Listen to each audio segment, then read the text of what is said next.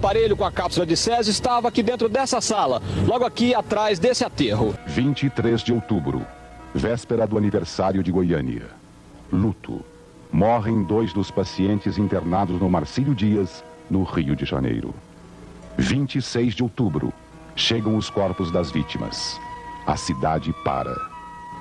Tumulto.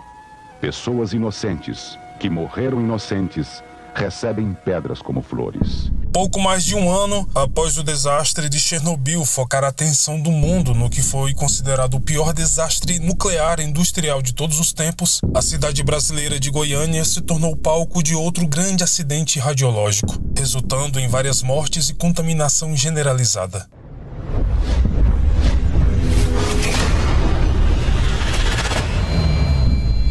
13 de setembro de 1987, 2 homens invadiram o Instituto Goiano de Radioterapia, uma clínica particular para tratamento de câncer parcialmente demolida, e de lá tiraram um objeto de 300 quilos, na crença de que o item seria algo valioso para se vender em sucatas. Roberto dos Santos Alves e Wagner Mota Pereira levaram o objeto para a casa de Roberto, cerca de meio quilômetro ao norte da clínica, e começaram a desmontá-lo. Nos dias seguintes, Roberto e Wagner cortaram a parte externa do metal e conseguiram perfurar um revestimento. Apesar do fato de os 2 homens terem começado a ficar violentamente doentes, com vômitos e diarreia, eles continuaram seus esforços, eventualmente abrindo o dispositivo. Dentro, havia um recipiente menor de metal. Quando eles abriram esse recipiente, foi revelado um misterioso brilho azul incandescente. Os homens rasparam e extraíram vários pequenos pedaços da substância azul brilhante, usando uma chave de fenda para guardá-las como lembrança. Roberto, inclusive, pegou uma dessas pedras e colocou no bolso, dizendo que faria um anel para sua mulher. Em 18 de setembro, Roberto vendeu o objeto para Devair Alves Ferreira, um negociante de sucata que ficava nas proximidades. Fascinado com o brilho azul, Devair convidou sua família e amigos para ver e tocar o objeto. O irmão de Devair, Ivo, levou um pouco desse pó para sua casa e espalhou pelo chão. Inocentemente, sua filha de 6 anos, Leide, brincou com o pó, esfregando em sua pele, e ingeriu uma pequena quantidade ao tocar com suas mãos contaminadas no alimento. Nos dias seguintes, ela e outras pessoas que manipularam o pó brilhante adoeceram com vômitos, diarreias, erupções cutâneas, queimaduras e bolhas. Vale salientar que a pequena Leide foi levada para o hospital antes dos médicos constatarem a contaminação por radiação. Fato este que ocorreu alguns dias depois. Na primeira vez que a criança foi levada para lá, o médico achou que ela tinha apenas uma intoxicação alimentar. Ele passou alguns remédios paliativos e a mandou de volta para casa. No dia seguinte, ela voltou e o médico novamente disse que ela tinha apenas intoxicação alimentar. O mesmo aconteceu com várias pessoas da família de Devair, até que finalmente, temendo que o objeto estivesse matando sua família, a esposa de Devair, Gabriela, o colocou em uma sacola plástica, embarcou em um ônibus e levou até o hospital em 28 de setembro. Um dos 2 médicos que encontrou com Gabriela naquele dia suspeitava do perigo e colocou a sacola em uma cadeira no jardim externo do hospital, o mais longe possível do contato humano. Na manhã seguinte, o médico pegou um detector de radiação emprestado e confirmou o que temia. O hospital estava agora massivamente contaminado com radiação. Inicialmente, ele encontrou uma grande quantidade de material radioativo, alertando as autoridades sobre a gravidade da emergência. No final do dia seguinte, os médicos convenceram a Secretaria de Saúde do Estado de Goiás e o diretor do Conselho Nacional de Energia Nuclear a iniciar uma operação massiva de busca e limpeza na área. O que Roberto e Wagner, sem saber, trouxeram para casa da clínica abandonada foi um dispositivo de terapia contra câncer com chumbo contendo um isótopo altamente radioativo, conhecido como Césio-137, ou cloreto de césio. No total, 130 mil pessoas foram submetidas a testes de radiação em hospitais da região, e no estádio do município, filas se formaram para fazer o teste. Foi constatado então que 250 pessoas haviam sido contaminadas e 20 necessitariam de tratamento especial para combater as causas da radiação. Várias casas do bairro tiveram que ser demolidas e os escombros enterrados em um local remoto. O esforço de limpeza também foi prejudicado não apenas pelo período de tempo decorrido desde que o núcleo radioativo foi exposto e manuseado, mas também pelo fato de o pó radioativo ser altamente solúvel em água. As pessoas ficaram tão desesperadas que começaram a abater animais de rua. Gatos e cachorros eram mortos e enterrados em locais distantes, pois os habitantes tinham medo que estes estivessem contaminados.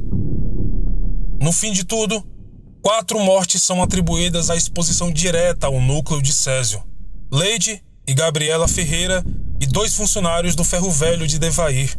Eles sucumbiram ao envenenamento por radiação. Leide foi enterrada em um caixão de chumbo, cercado por concreto em um cemitério de Goiânia, onde uma multidão protestou contra o seu enterro, temendo que os túmulos de seus parentes fossem contaminados. O mundo inteiro que dê mais força, que até hoje o apoio, o calor humano que a gente tem recebido é do pessoal lá de fora.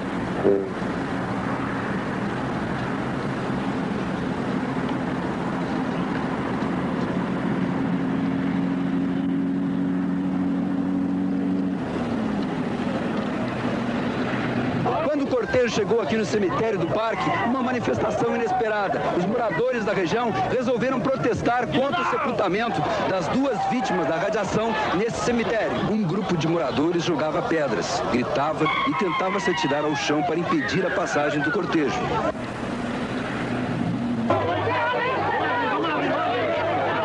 No meio de toda essa confusão, muitos moradores apoiavam o sepultamento nesse local. A polícia acabou com a manifestação e, com um cordão de isolamento, foi permitindo a chegada do cortejo. A operação de retirada dos caixões foi muito lenta. 8 homens puxavam o caixão com o corpo de Maria Gabriela Ferreira, que pesava mais de 500 quilos. Por dentro, ele tem uma camada de chumbo de meio centímetro de espessura. A tampa de madeira foi aberta rapidamente para que a família pudesse ver o rosto de Maria Gabriela por um visor. Para retirar o caixão com o corpo da menina Leide Ferreira, foram necessários 12 homens. O caixão era mais pesado, quase 700 quilos. A camada de chumbo era 2 vezes mais espessa e o caixão não foi aberto. Não havia visor porque o nível de radiação do corpo da menina é bem maior. Dona Lourdes Ferreira, mãe de Leide, nem pôde ver o sepultamento. Não suportou e foi embora amparada. Um guindaste foi utilizado para levar os caixões até as sepulturas, que são mais profundas do que o normal e revestidas por 30 centímetros de concreto. Elas foram fechadas com outra camada de concreto de 30 centímetros. Durou mais de 2 horas o trabalho de sepultamento das 2 primeiras vítimas de um acidente nuclear no país. Que rosa que nós plantou aqui não. Esse aqui também foi só que plantou? Não, esse foi eu. Que o homem que plantou esse paineiro aqui, Palmeira, né? Diz que mora lá perto da fundação, mas não sei quem é não. De rosa cheio, dando flores, tudo bem. E nós plantamos bem juntinho, assim, uma da outra, sabe? Um dia elas...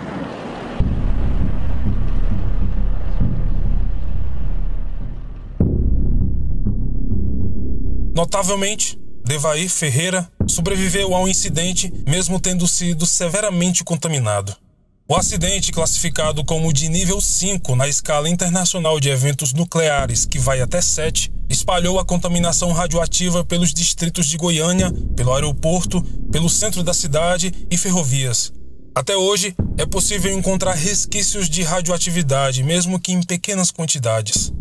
Depois do incidente, uma associação em defesa das pessoas atingidas pela radiação foi formada. Segundo dados dessa associação, desde o dia do evento até 2017, cerca de 140 pessoas morreram como resultado da contaminação do césio-137.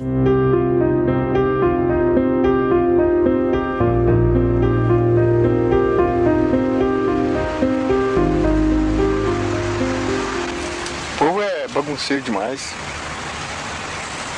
Quebra tudo. Acaba fazendo isso também. São vândalos mesmo. Tudo, quando a gente traz flores, a gente coloca flores aqui, no outro dia já amanhece mais. Eles roubam, carregam tudo.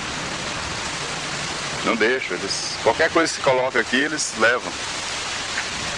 Planta, nós trouxemos rosas para plantar aqui, eles roubam também. as mudinhas, leva tudo. Não tem como, né? Porque não pode ficar vigia o dia inteiro, noite inteira, né? Não tem como vigiar. Você conhece de vandalismo? Não conheço, não. Não. Só...